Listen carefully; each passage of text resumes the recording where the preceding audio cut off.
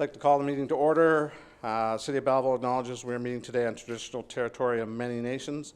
We recognize and honor the historic relationship of the Indigenous peoples to this land and acknowledge our shared obligation to respect, honor, and sustain these lands and the natural resources contained within.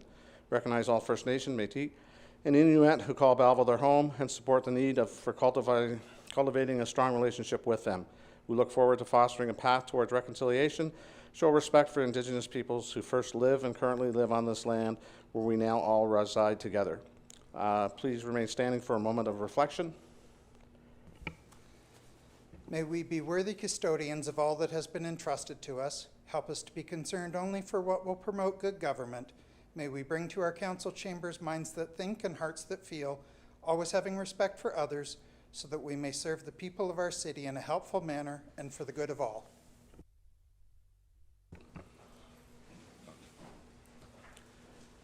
Attendants, we are all here, and I'd like to welcome Councillor Henderson. Welcome, Councillor. Disclosure of pecuniary interest, general nature thereof, seeing none. Approval of minutes. I need a motion. Minutes of council meeting held on May 26, 25. Council, the minutes be approved. Moved by Councillor Sue, second by Councillor Enright Miller. Discussion. All in favor? Carried. I need a resolution that we go into committee of the whole at 4:02 to hear and consider reports, passing recommendations and resolutions with Councillor Thompson in the chair. Moved by Councillor Chatton, second by Councillor Carr. All in favor? Carried.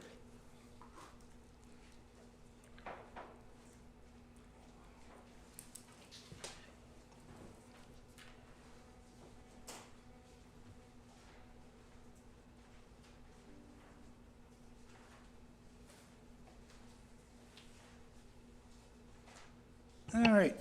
Under reports, the agenda shall include under reports items that warrant individual attention from council. 8A1, extension of the bylaw review ad hoc committee terms, MBECS 2025-13 resolution that pursuant to the manager of bylaw enforcement report number MBECS 2025-15 bylaw to review ad hoc committee terms be extended to October 25. Mover, Councillor Carr, Councillor Brown. Any questions? All in favor? That's carried. 8A2 land maintenance bylaw resolution that pursuant to the manager's bylaw enforcement report MBEC 2025-113, the draft land maintenance bylaw be brought forward to council's consideration. Mover and a seconder. Councillor Carr, Councillor Brown. Any questions? All in favor? Carried. 8A3, Bill 17, Protect Ontario Building Faster and Smarter Act 2024, resolution that Bill 17, Protect Ontario by Building Faster and Smarter Act 2025, report number PP 2025-07 be received and the draft comments be attached. Number 2, be approved in principle, and that staff be directed to make submissions on behalf of the appropriation of the City of Belleville on Bill 17, Protect Ontario by Building Faster and Smarter Act 2025 and the association regulations as approved in principle by attachment number 2. Mover and is Councillor Kelly. Councillor Enright Miller. Questions? Councillor Carr. Thank you, Mr. Chair. It's funny that Bill 17 has actually received royal assent.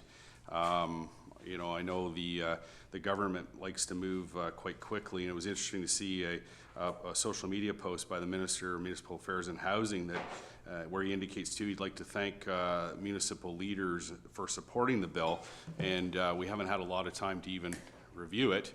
In fact, there was a letter that went from the minister to heads of council on May 13th.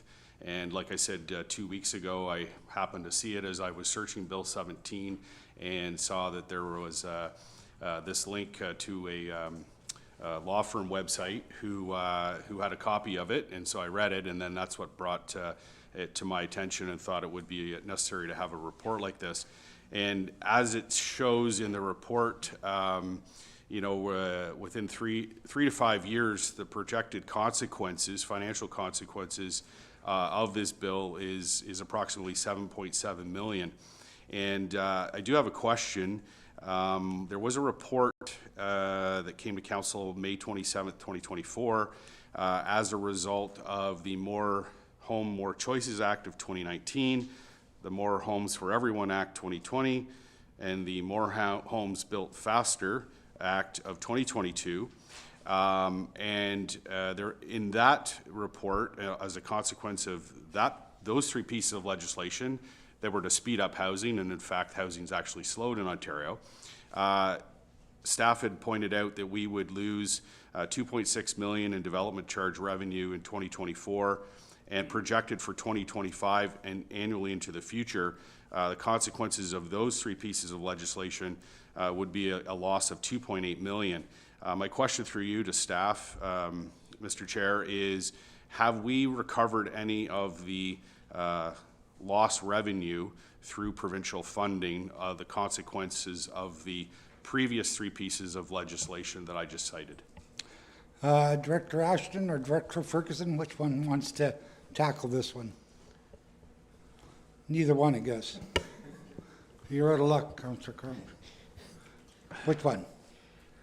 Through the chair to Councillor Carr, I believe the funding, provincial funding that may be most relevant would be the Building Faster Fund that we have received some funding for and recently had some approval. Other than that, directly reimbursing these particular costs, there's no funding refund for these bill impacts.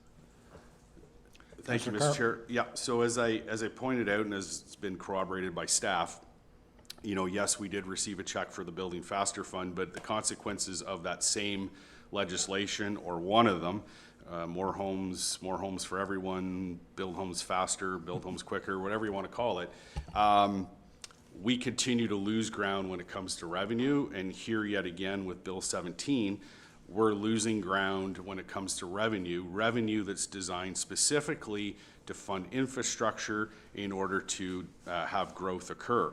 And while the bill has already received royal assent, I do note that the environmental registry is still open for comments, so I'll support the motion for sure, but it's just disappointing that there wasn't even a period of time for us to provide comment while the bill was still being deliberated in the legislature. Thank you. Councillor Brown. Thank you, Chair. Through you to staff, if I could, in 2020, trying to keep the years straight, we were successful in receiving funding, the 1.2 million. We'll all recall the big novelty check and the Premier actually coming to visit for the 2024, hitting our building and exceeding our building targets. We exceeded our building targets again in 2025, so my question is, have we received any check or any funding from the province related to the 2024 results? Sorry, I had it wrong, 23-24. Last year's results, we exceeded the target. So. Director Ferguson. Okay, so we did just recently receive a letter that we met 96% of our target for 2024, and that we would be awarded 801,000. I don't have the exact numbers in front of me. And the intention is, with that letter, to provide a bit of background report, short report to council for next council meeting on that. So as a follow-up, my recollection from all of the building reports that were received, as well as discussions about the numbers, we had exceeded the number. I saw the chart. Yeah. So do we have any idea what the difference is between we know we exceeded the number and the report coming back saying 96%? So I don't have that number right off the top of my head. I do know that the tracking that the province uses for the Building Faster Fund is different from what we use for our numbers. which is also different from what the federal housing accelerator funding. So it does get complex, and it would be nice that everything aligns with what every municipality does as a standard. Unfortunately, it doesn't occur, but we'll try to detail that in our report.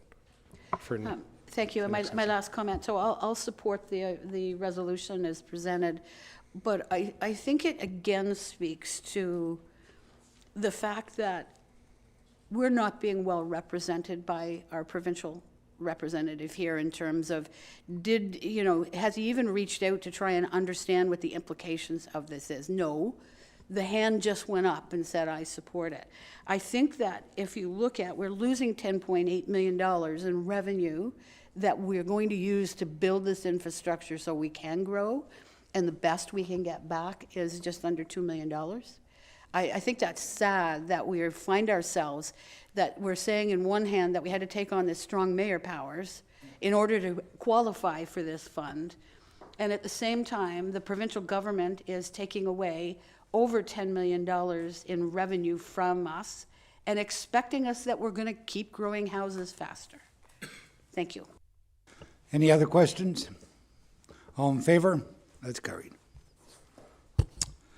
8B, consent items. Council may adopt consent items by one motion, but prior to consideration of such motions, members may request that specific items be removed for consideration under such motion, that council shall consider such items individually. And we'll start with Councillor Kelly. I'm not too sure if it's in this round, but I'm going to go, I think the 8C2 is your next information items, right? So Yeah. I'm going to hold off. I have 0 this time. Thank you very much, Councillor Kelly. Councillor Brown. No, thank you. Councillor Chatton. No, thank you, Chair. Councillor Henderson. No, thank you. Councillor Sue. No, thank you. Councillor Enright Miller. No, thank you. Councillor Carr. No, thank you. Your Mayor. No, thank you. Beautiful. So, all in favor of I need a secondary approve, right? We need a mover and a second to approve. Councillor Chatton, Councillor Enright Miller, all in favor? That's carried. Rock and roll with it. 8C, information items. Councillor may adopt information items by one motion, but prior to consideration of such motion, members may request the specific items be removed for consideration under such motion, and council shall consider such items individually. Mayor. No, thank you. Councillor Carr. No, thank you. Councillor Enright Miller. No, thank you. Councillor Sue. No, thank you. Councillor Henderson. No, thanks. Councillor Chatton. No, thank you, Chair. Councillor Brown. No, thank you. Councillor Kelly. 8C2A. Okay, can I have a motion to approve all except 8B, C, 2B? Mover in the sector, Councillor Chatton, Councillor Miller, all in favor? That's carried. 8C, 2B, Councillor Kelly. Thank you. It's reference to the resolution. The resolution reads that the District Prairie Sound Municipal Association is supporting municipal ethic through access and education, supporting municipal ethic through access and education, PDSMA. Mover, Councillor Kelly. Seconder, Councillor Chatton. Councillor Kelly. Through you, Chair, I was hoping if we could just go back. I had pulled 8C2A, and that's referencing Bill 5. That's the one that I wanted to speak to. So is it okay if I go back to that one? Sure. All right, thank you. Through you, Chair, we received a letter from a township municipality near Parry Sound, and they're asking for support from the city of Belleville to support a letter that has been sent to the Honourable Todd McCarthy, Minister of the Environment, Conservation and Parks in Toronto over legislation on Bill 5, which was passed last week at Queen's Park. That was a day here in Ontario that they moved a lot of bills through. I think the current time spent at Queen's Park was 26 days for the Ford government. and they are returning back to Queen's Park late October. So this was one of the bills that they passed. And being a former member of the Quinte Conservation, I was kind of following this bill because I've been reading about it and hearing the different political parties and others protesting and against it. So Ontario's controversial Bill 5 is now law. It was effective last Friday. Bill 5 is called the Protecting Ontario by Unleashing Our Economy Act by creating special economic zones here in Ontario. You may have heard of the Ring of Fire up in Northern Ontario near Thunder Bay. The chiefs of Ontario, representing 130 First Nations across the province, have warned Premier Ford of resistance to the bill. They're going to meet with the Premier in a few weeks in Toronto. So there's been next to no conversations or consultation with First Nation leaders. So what are its effects locally? So I made some calls, and I see some of the representatives are here today. I'll just real quick, because I know we want the support, or I'm hoping to get support of council. Just the challenges with Bill 5. Municipal governments can be wiped out as far as conversation pieces around development. The province will control everything. So we talk about wetlands, and it's not protecting our green spaces. We see that bylaws can be taken over, or the province can just say, no, we're going to do it our way and not going to worry about the municipal government. We know that Quinte Fields naturalists, they've been protesting and have a strong voice, 170 members locally.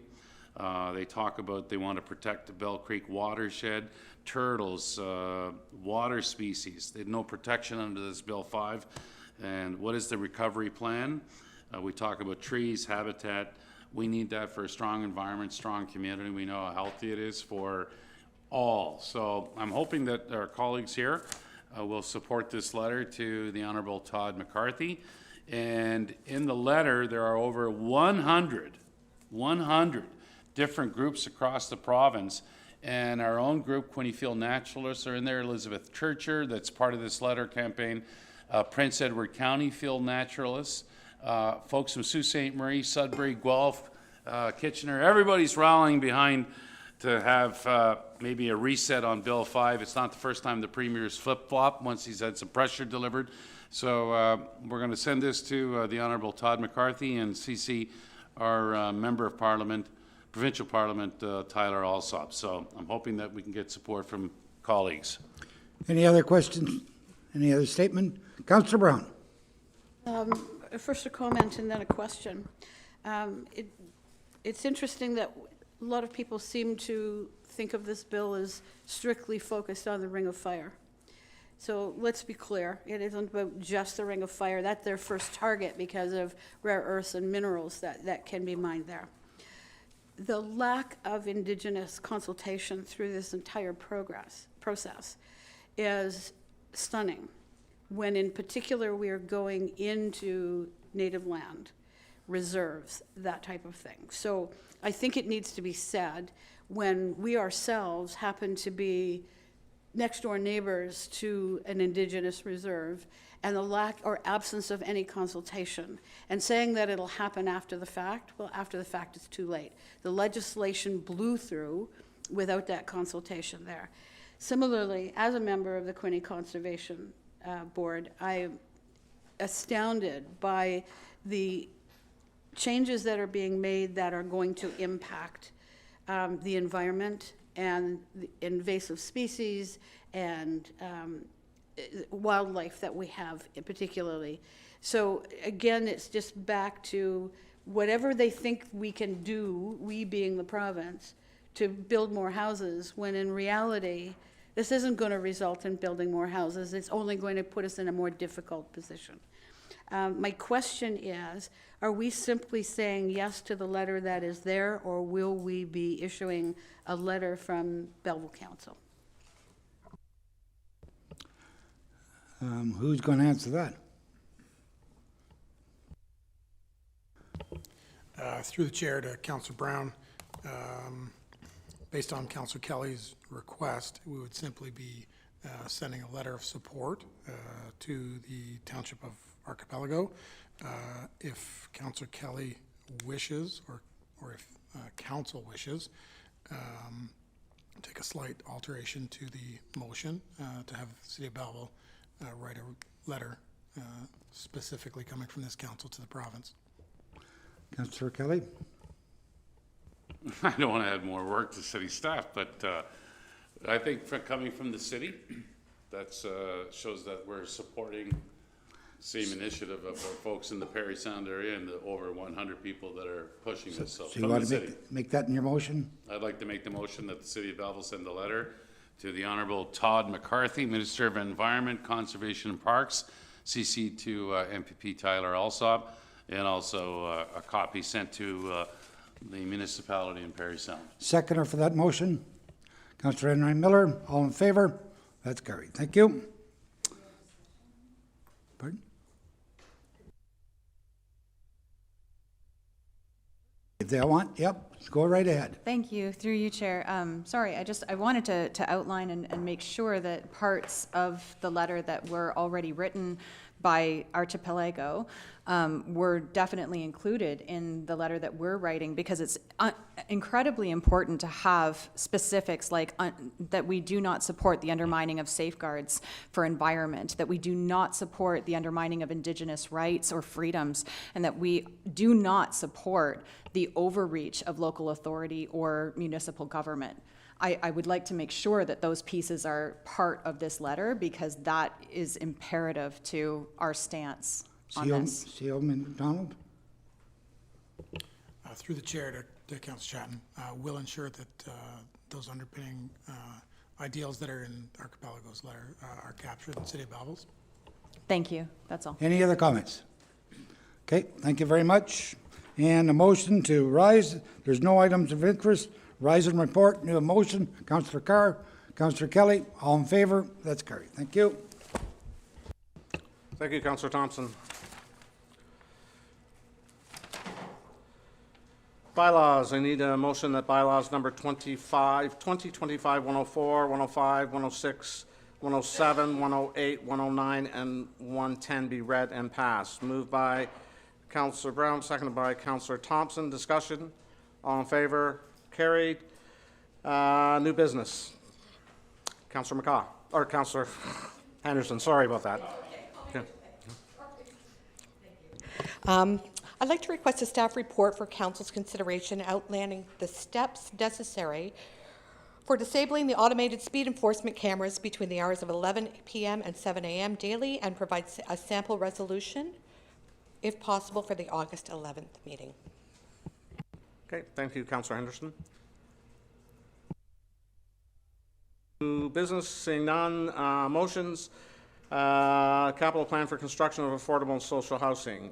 Councillor Carr, the Mayor and Council of the Corporation of the City of Belleville call on Hastings County as a provincially designated service manager for social housing to develop a multi-year capital plan for construction of affordable and social housing in order to eliminate the current county wait list for housing, as well as the provision of adequate support housing for the county's homeless population. And the capital plan be subject to federal and provincial funding, and the copy of this motion be sent to Hastings County Community and Human Services Committee. Moved by Councillor Carr, seconded by Councillor Henderson. Discussion. Councillor Carr. Thank you, Mayor. In February of 2023, we had a deputation by the former CEO of Hastings County and some folks from the Eastern Ontario Wardens Caucus, and they presented a 7-year plan, which was to propose to build at least 7,000 community rental units over 7 years across the region to address wait lists. And that had a price tag of approximately $3.1 billion. There hasn't barely been much said about that plan since then. And we spend a lot of time at council talking about the vulnerable in our community that require simply housing, but then also those that require supportive housing.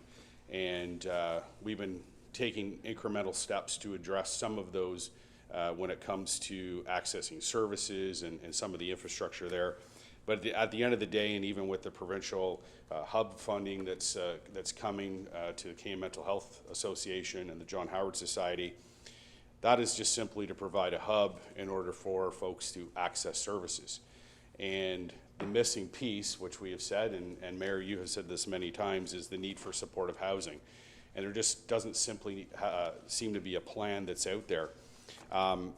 So as I talked with Hastings County staff, they outline here that Hastings County owns and operates 1,473 social housing units. And then in addition to that, there's 8 nonprofit housing providers who have a total of 644 affordable units. This is where it gets astounding. The wait list for social housing for all of Hastings County as of April 30th is 3,546 households. That's broken down into 1,424 families, 1,089 non-senior single under 50, and 1,033 seniors 50 plus. And then the Belleville numbers as of April 30th specifically are 3,089 households, 1,248 families, 1,007 non-senior single under 50, and 834 seniors 50 plus.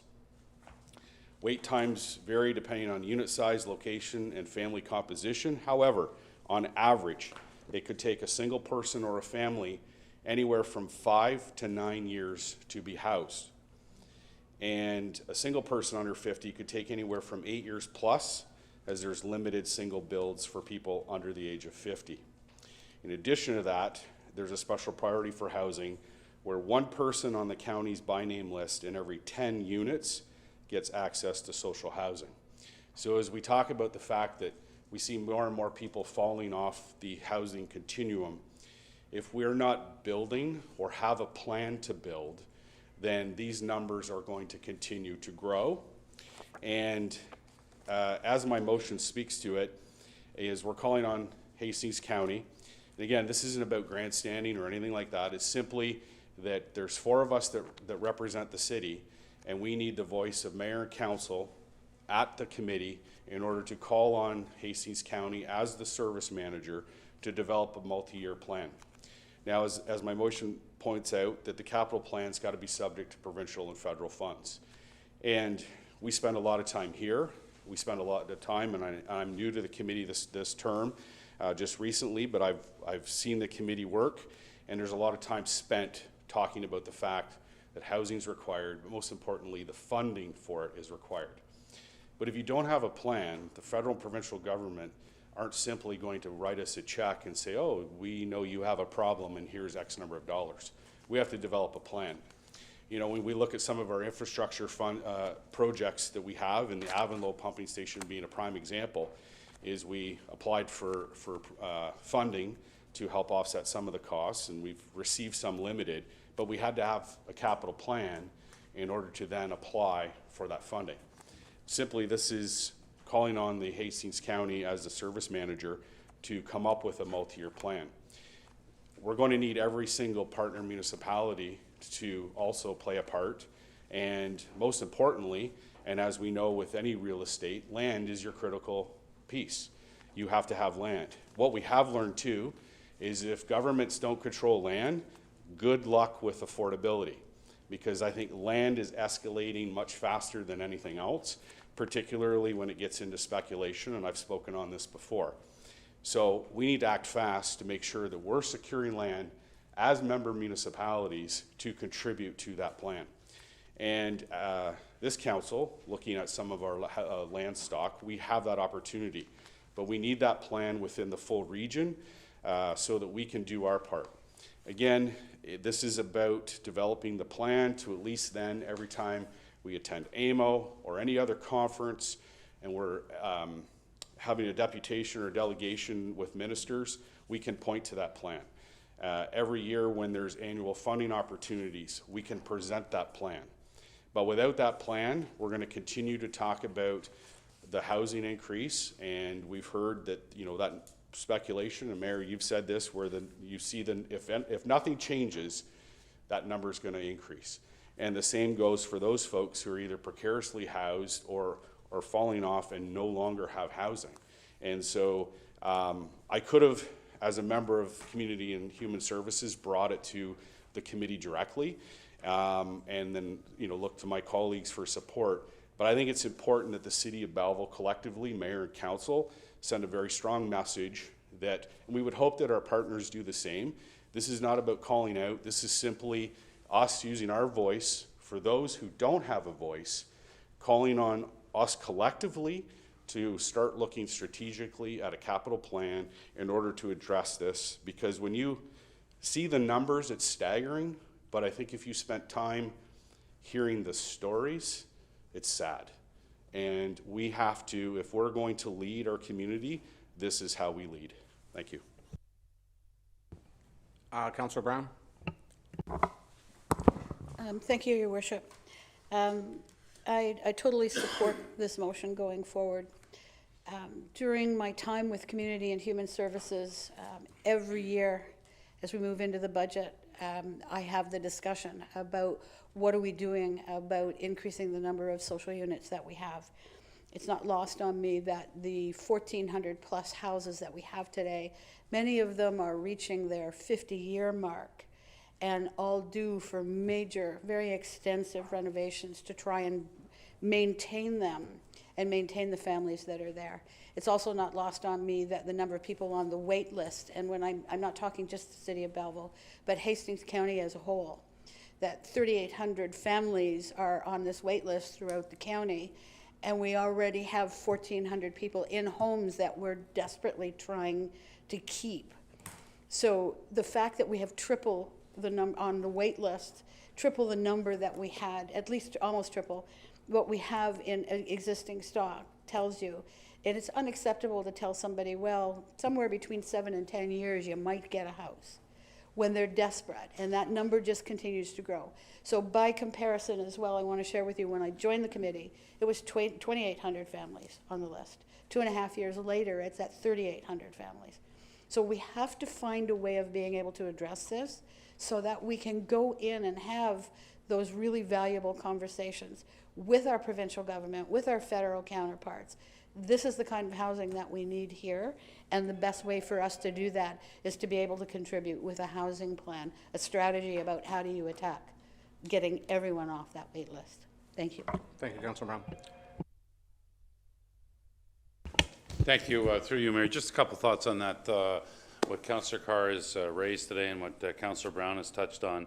I, too, have had the chance of visiting families in our city that are in housing, and as Councillor Brown touched on, talking about they're old, poor heating, infested with rats, or it's not a shot at Hastings County, but they're old and they're not maintained, and it's not good to be living in that situation, and the residents really feel that they don't have a place to turn to or someone that will listen to their challenges that where they're living right now. So I'm all in, Councillor Carr, and when they're living in properties that are 30, 40, 50 years old, go and visit them if you haven't. Brutal situation. Thank you. Okay. Anybody else? Councillor Thompson? Yeah, I'm going to support after discussing with Councillor Carr, but I want to make sure that we don't run down, and Councillor Kelly mentioned something about how bad they're maintained, and rats and mice. I want to assure the public that our Hastings County maintenance people work very hard to maintain these buildings. Some of them, and God forbid, I had rats and mice problem at my house, and we had to bring exterminators in. Hastings County worked very hard to maintain these buildings, and I'm supporting Councillor Carr's motion after some discussion, and I will, at first I was not agreeing with it, but we had some open discussion. But Hastings County worked very hard in maintaining their buildings. Yes, they need a lot of work. Yes, we need a lot of money just to maintain them, but I want to give a little credit to Hastings County. Thank you. Okay. Anybody else? Okay, all in favor? Carried. Next, 11.2, electric vehicle charging stations, Quinny Sports Center and Wellness. The staff be prepared to install a minimum of 4 electric vehicle charging stations at Quinny Sports and Wellness Center. This is Councillor Sue's motion, so moved by Councillor Sue, seconded by Councillor Chapman. Discussion. Councillor Brown. Thank you, Your Worship. I'd like to make an amendment to the motion, if I may, that in addition to the resolution as written, and defer it to the 2026 capital budget discussions. Okay, somebody second that amendment? Seconder?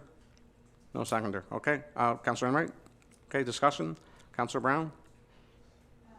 Yeah, I want to be sensitive to the fact that this is a new entrance. It's not something that is, had been in our capital plan in the past, nor is it something that's on our 10-year asset management plan.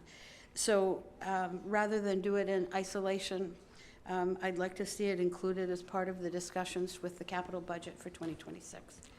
Councillor Thompson? Yeah, I'm not going to support the motion.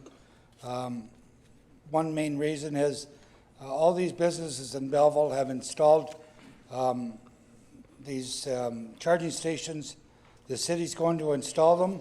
I presume the motion is that these charging stations would be free to the public. Can somebody answer that? That, I think, would come out in the staff report, Matt, you know, or CAO. Through the mayor to Councillor Thompson, ultimately, staff would make recommendations, provide options in the staff report, and that would be a council decision. Ultimately, there are a number of models, whether it be a public-private partnership, whether they be free, whether it be paid. All of those options would be included in the report if it's approved. Okay, then. Anybody else? Okay, the amendment motion is to flip this to budget, so we'll vote on the amending motion. All in favor of the amending motion? See your hands. 1, 2, 3 up, 4, 5, carried. So we'll vote on the whole motion now. All in favor of the motion? All in favor of the motion? Motion failed.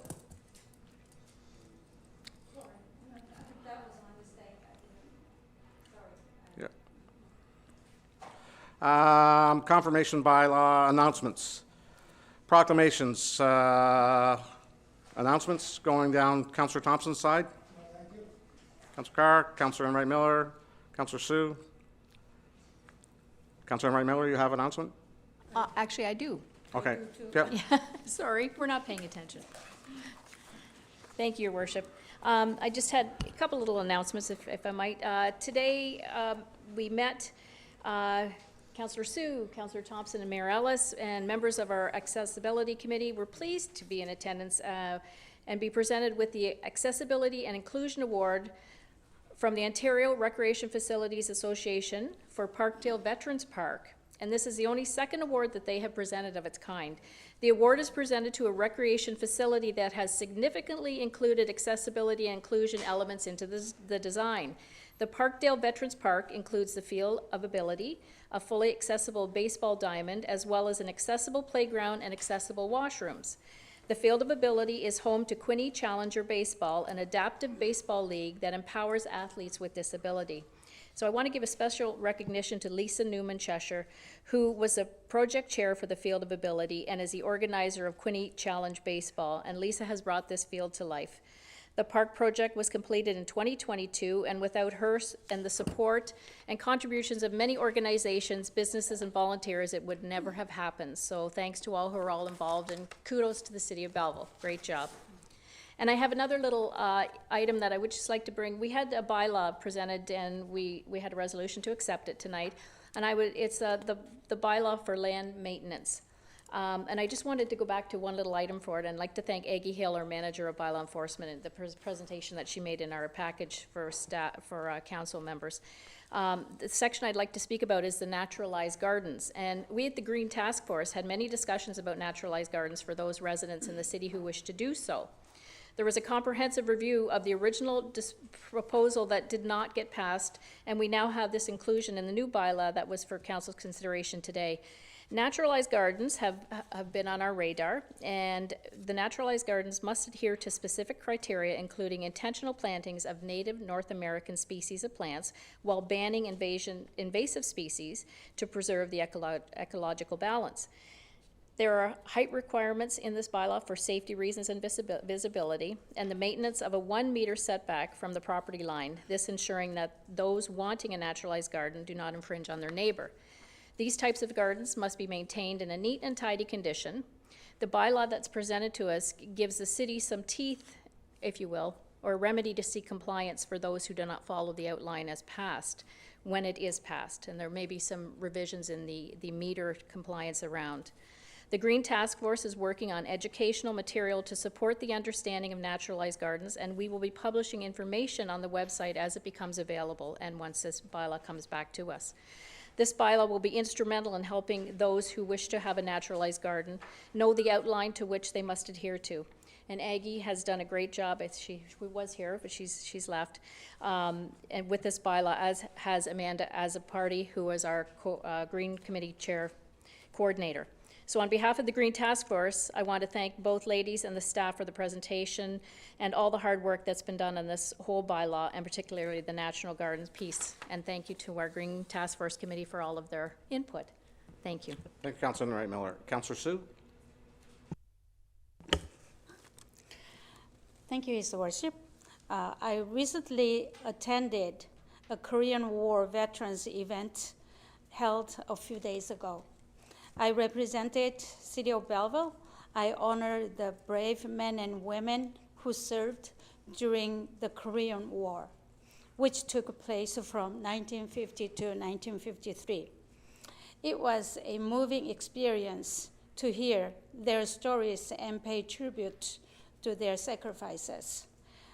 There are only 4 veterans living now in the area. Thank you. Thank you, His Worship. Thank you so much.